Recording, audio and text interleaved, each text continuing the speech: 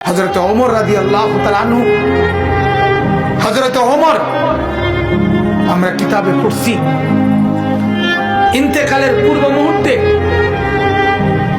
ওনাকে বর্ষা ছুরি দিয়ে আঘাত করা হয়েছিল এক কাফের বেঈমানে, নামাজ অবস্থায়, ফজরের নামাজ পড়া অবস্থায়। ওনার এমন হালাত হয়েছিল 3 দিন উনি মুখ দিয়ে কোনো খাবার দিলে এদিক দিয়ে বের হয়ে যাইত, ওষুধ পানি সবকিছু। এইভাবে ছুরি দিয়ে গাই দিছে ওনাকে 8-10টা। এরপরেও হযরত ওমর রাদিয়াল্লাহু তাআলা এই অবস্থায় মুমূর্ষ, তখন তিনি চকির মধ্যে, খাটিয়ার মধ্যে ওনাকে শোয়াইছে আর সবাই কাঁদতেছে।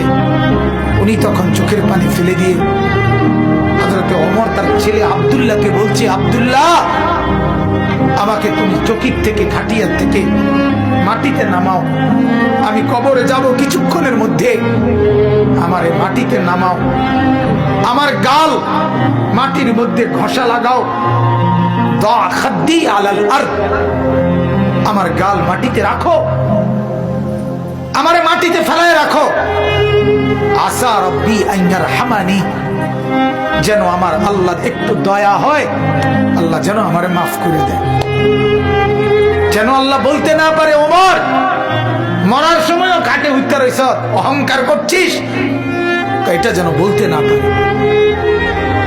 এই ছিল সাহাবায়ে কেরামের ফিকির ভাইয়া।